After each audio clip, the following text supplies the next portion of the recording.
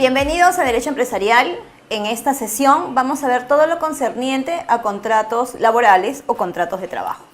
Recuerden que en las sesiones anteriores hemos venido estableciendo los contratos asociativos, de alguna forma hemos venido estableciendo la naturaleza del contrato, también hemos venido explicando que los contratos en sí son diferentes, es decir, hay unos de naturaleza netamente civil y hay unos de naturaleza netamente laboral. Ahora, para el mundo no podrá haber probablemente alguna diferencia, pero cuando decimos que hay algunos que son en materia civil, son aquellos que por lo general solo aplican a la labor que uno hace, a lo que finalmente va a traer como resultante. Sin embargo, cuando hablamos de contratos netamente laborales, estamos hablando de la persona que realiza la actividad y que esa a su vez debe de estar íntimamente relacionada con la sociedad o la empresa y muy así prácticamente cautivada por él,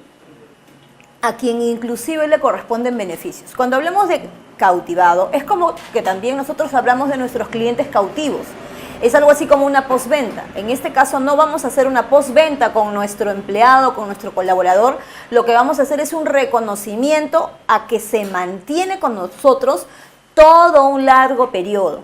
Porque así como nosotros queremos tener una empresa que prontamente nos rinde utilidades, debemos de saber conservar a nuestra parte operativa, a nuestros colaboradores, porque en realidad en ellos se basa la productividad, el éxito que pueda tener nuestra sociedad o nuestra empresa. Entonces, vayamos a conocer cuáles son aquellos contratos de trabajo que nos van a facilitar mantener y tener una buena relación con nuestros colaboradores. Primero vamos a hablar de la definición de un contrato de trabajo. El contrato dice, es el acuerdo voluntario entre el trabajador y el empleador para intercambiar una actividad subordinada por remuneración. ¿Recuerdan cuando estuvimos hablando de la naturaleza del contrato? Cuando hablábamos de la naturaleza del contrato, hablábamos de que existía un acuerdo de voluntades, ¿verdad? Donde todo empezaba por la manifestación de voluntad. No tenía que existir ningún vicio en ella y por ende podríamos nosotros regularla, modificarla y es más, extinguirla. Pues si se fijan, aquí también tenemos esa dinámica, porque el contrato de trabajo es entre el acuerdo, parte 1, parte 2, que sería el empleador, puede ser un empresario, un socio, y el empleado, nuestro colaborador, nuestra parte operativa. Entre ellos, que ya son el elemento A y el elemento B, va a existir un factor común, que es la prestación, que es yo, empleador, quiero que tú realices una actividad en pro y beneficio de mi empresa o sociedad. Tú, colaborador operario, te vas a encargar de realizar esa labor, yo te voy a contraprestar, pero lo tienes que hacer bajo las condiciones que yo te indique. Es decir, va a haber un grado de subordinación entre tú y yo. Ese grado de subordinación es justamente el tema de la remuneración. Entonces, volviendo a la parte inicial de los contratos, tenemos a el empleador, que puede ser un empresario o un socio, B, nuestro operario y nuestro colaborador, el nexo, que sería la prestación, y obviamente bajo todo este esquema, un grado de subordinación del empleado colaborador sobre hacia el empleador, que puede ser una empresa o una sociedad. Entonces, partiendo de eso, lo estamos diferenciando de un contrato netamente civil, donde, si ustedes recuerdan, no existe ningún grado de subordinación.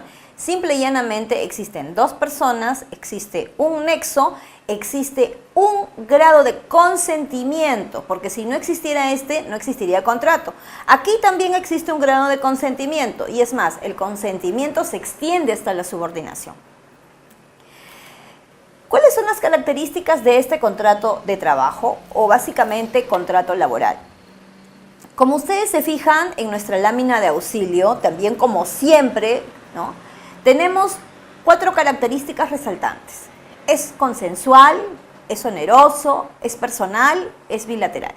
¿Por qué decimos que es consensual? Decimos que es consensual porque viene de la palabra consentimiento. Y recuerden que el consentimiento es la pieza fundamental para una formalización de contratos.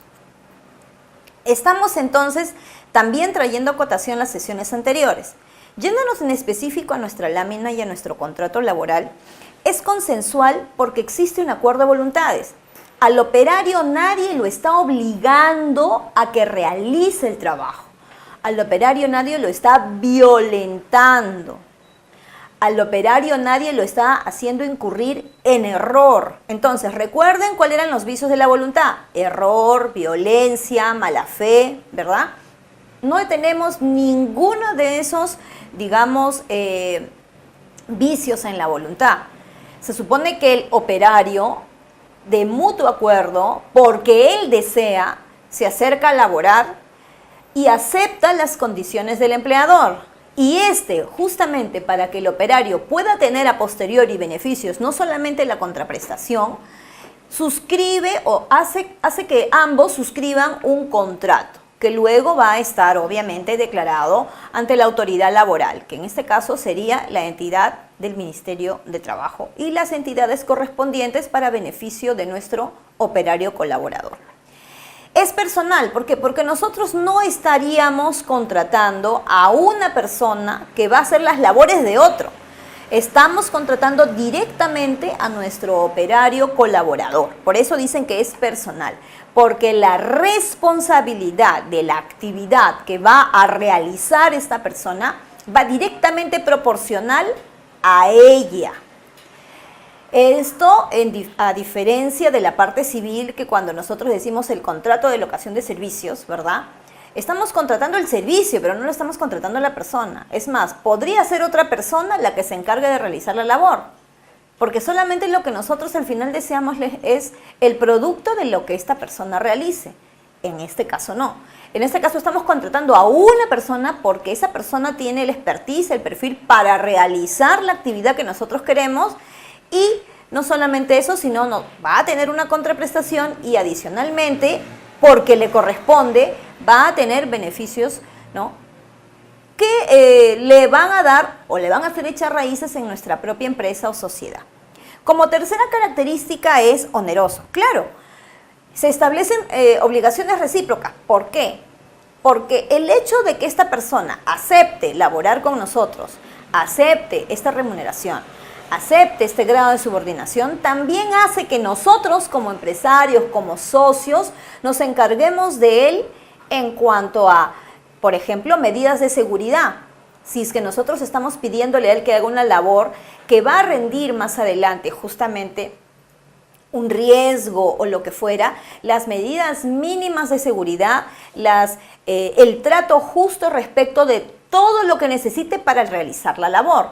Por ejemplo, vamos a pensar en gamarra. En gamarra hay muchas personas que realizan la labor de coser polos, ¿verdad? Ellos se encargan no solamente de eso, sino se encargan de revisar inclusive, hacen control de calidad. Entonces, pero estas personas, para que se encarguen de coser, de seleccionar las piezas que van a unir, luego de ver el producto final, separar, ¿no?, el producto que está de repente no bien elaborado, con algún error, y el producto perfecto, esa persona tiene que tener, por ejemplo, una ropa adecuada para que no se malogre o deteriore la ropa que él use y con la que va a elaborar. Debe de tener de repente también medidas de seguridad en cuanto a colocarse algo en la cabeza, colocarse algo en la nariz por el tema del polvillo, ¿no?, por el tema de repente del olor por el tinte o por el tipo de material con el que se trabaja. Ese, por ejemplo, es un grado de responsabilidad que el empleador tiene con el operario colaborador. Entonces, ¿viene a ser eso un grado de reciprocidad que a su vez tiene que ir de la mano con la subordinación? Sí, porque ese hecho implica de que tú, empleador, tienes que cuidar a tu operario.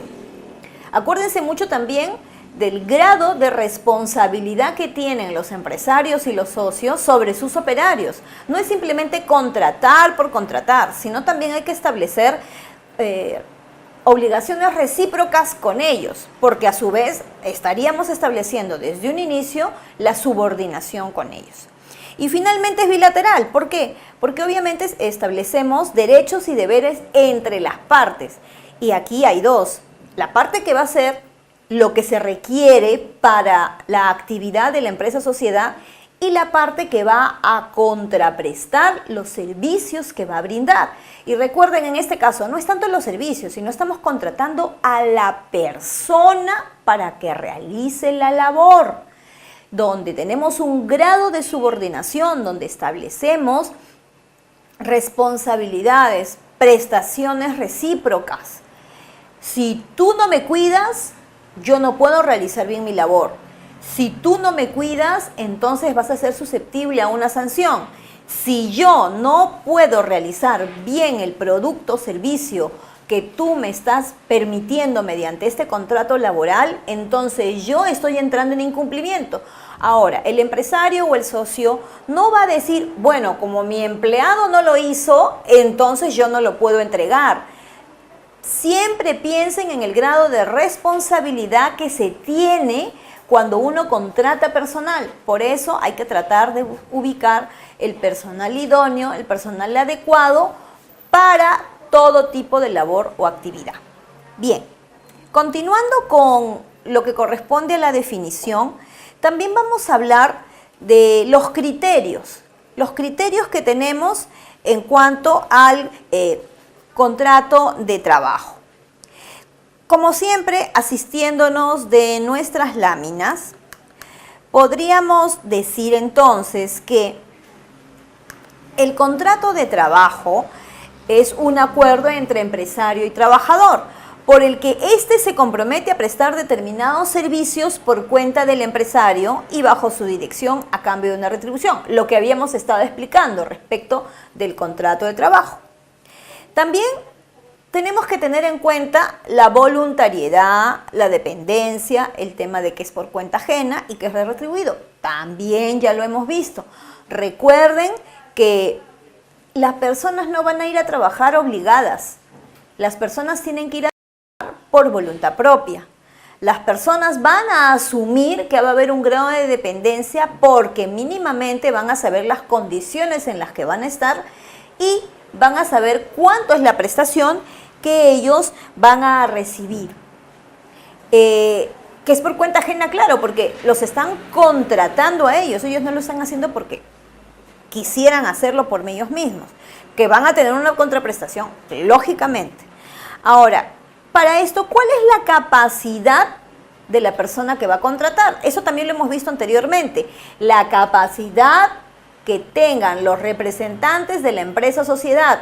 Estos están debidamente imbuidos con la capacidad de representación respecto de personas. Eso nos lleva a recordar sesiones anteriores donde hablamos de las facultades que tiene el gerente. Estas facultades son, por ejemplo, facultades laborales, como también facultades administrativas. Facultades administrativas en el sentido de poder suscribir contratos como de este tipo, ¿no? Contratos laborales, o también hacer todo tipo de gestiones ante el Ministerio de Trabajo para efectos de que se inscriban la documentación pertinente de los operarios o colaboradores en la empresa o sociedad. Facultades laborales, porque obviamente el gerente tiene que estar imbuido de la capacidad para contratar, ya sea por un mecanismo netamente laboral o por un mecanismo civil por locación de servicios. Entonces, siempre es necesario conocer y ante eso debemos darnos cuenta que existe entonces una relación laboral. Cuando hablamos de una relación laboral, estamos hablando, obviamente, que todo se origina de un contrato de trabajo. No vamos a hablar de una relación laboral cuando estuviéramos hablando de un contrato de locación de servicios. Eso nunca lo van a encontrar. Bueno, y también para terminar ya con esta sesión, vamos a hablar mínimamente de lo que es la relación laboral. Según nuestra lámina con la que siempre nos auxiliamos, tiene aquí 7 aristas. Una de ellas dice, debe existir un contrato de trabajo. Luego, debe haber derechos y deberes entre el operario y el que lo contrata. Debe haber una forma debe de haber un periodo de prueba, debe de haber una clasificación profesional, debe haber un tiempo y debe haber un salario. Esto lo vamos a trasladar a un ejemplo y vamos a ser bastante concretos. E inclusive vamos a ser bastante familiares para que sea un ejemplo realmente práctico. Recordarán ustedes a las personas que trabajan en los grifos, ¿ya? Imagínense ustedes la señorita que les brinda el dispenso de gasolina o también el de gas natural en los grifos. Entonces, para que esa señorita esté allí en ese grifo Repsol o en el grifo Listo de Shell o en cualquier otro grifo, ¿qué es lo primero que debe de tener o haber suscrito? Un contrato de trabajo. ¿Por qué? Porque el tipo de labor no se presta para un contrato de locación de servicios, porque no es finalmente el servicio, sino también es el grado de responsabilidad que ella va a tener respecto del dispensar un producto como por ejemplo el gas o la gasolina, ¿no? Entonces hay que verle también ese grado de riesgo. Entonces, bueno, contrato de trabajo, derechos y deberes, claro, el hecho de que esté ahí laborando ella en un horario que puede ser a veces rotativo, ya le está generando un derecho y a su vez un deber, cumplir su labor y luego exigir una contraprestación y sobre todo beneficios, e inclusive solicitar que le den la seguridad pertinente, porque el trabajar en un grifo no es cosa fácil, prácticamente estás a la intemperie, prácticamente estás últimamente con la inseguridad ciudadana, estás a la expectativa de que pueda ocurrir cualquier desmán y seas tú víctima de ello, ¿no? La forma. Obviamente tiene que ser un contrato por escrito, eso no podría ser un contrato verbal, tiene que ser un contrato por escrito. El periodo de prueba, claro, inicialmente les dicen, vas a estar un mes, pero eso podrán comentárselo. Al final, en realidad, puedes estar siendo observado siempre. A la primera de un incumplimiento, hasta inclusive te dicen, mira, tú has estado siendo observada para ver cómo haces tu labor, ¿no? Entonces siempre es necesario hacer una buena labor en todo sentido. Luego, dice, clasificación profesional. Para el caso, el hecho de dispensar gasolina o gas, consideramos que, por ejemplo, pueden hacerlo personas que no necesariamente tengan un título profesional. En estos casos, por ejemplo, piden personas que inclusive tienen colegio, ¿ya? Completo, hasta de repente los que están empezando un preuniversitario, pero no es de exigencia, por ejemplo, un título profesional, ¿no? Ahora ya, mucho depende en verdad de la persona cuando los contraten, ¿no? Porque con la inestabilidad laboral que existe, a veces hay personas que a pesar de que tienen título, hasta maestrías y doctorados, no encuentran otro trabajo que hacer que este. Lo que le llaman las contrataciones que están subvaloradas, ¿no? O cuando llegan, te entrevistan y dicen, usted está extremadamente capacitado para lo que vamos a hacer. Luego, el tiempo. En el contrato tiene que especificar cuántas van a ser las horas que vas a trabajar, si vas a tener una jornada de repente con plus, ¿no? Horas extras, si de repente vas a tener que elaborar extraordinariamente, aparte de las horas extras, de repente feriados, cómo va a ser el pago por los feriados, todo eso tiene que estar indicado en ese contrato. Y finalmente, ¿y qué es lo que se espera? La contraprestación, el salario, incluyendo también la bonificación que fuera el caso, porque también hay que determinar que hay bonificaciones, sí, acuerdo a ley, y bonificaciones graciosas que te brinda el mismo empresario o socio.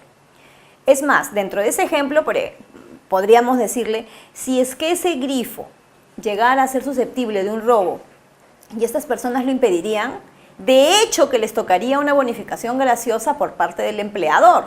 Sería realmente inhumano que el empleador no les brinde mínimamente una gratitud porque no pudieron estos ladrones robar y estos impidieron dentro de su horario de trabajo el acceso a estos malos elementos, ¿no? Bueno, estaríamos comentándoles que nuestra siguiente sesión va a constar de la finalidad de un contrato de trabajo. Espero que nos sigan, en todo caso, en nuestro curso de Derecho Empresarial y los invitamos a nuestra siguiente sesión. Muchísimas gracias.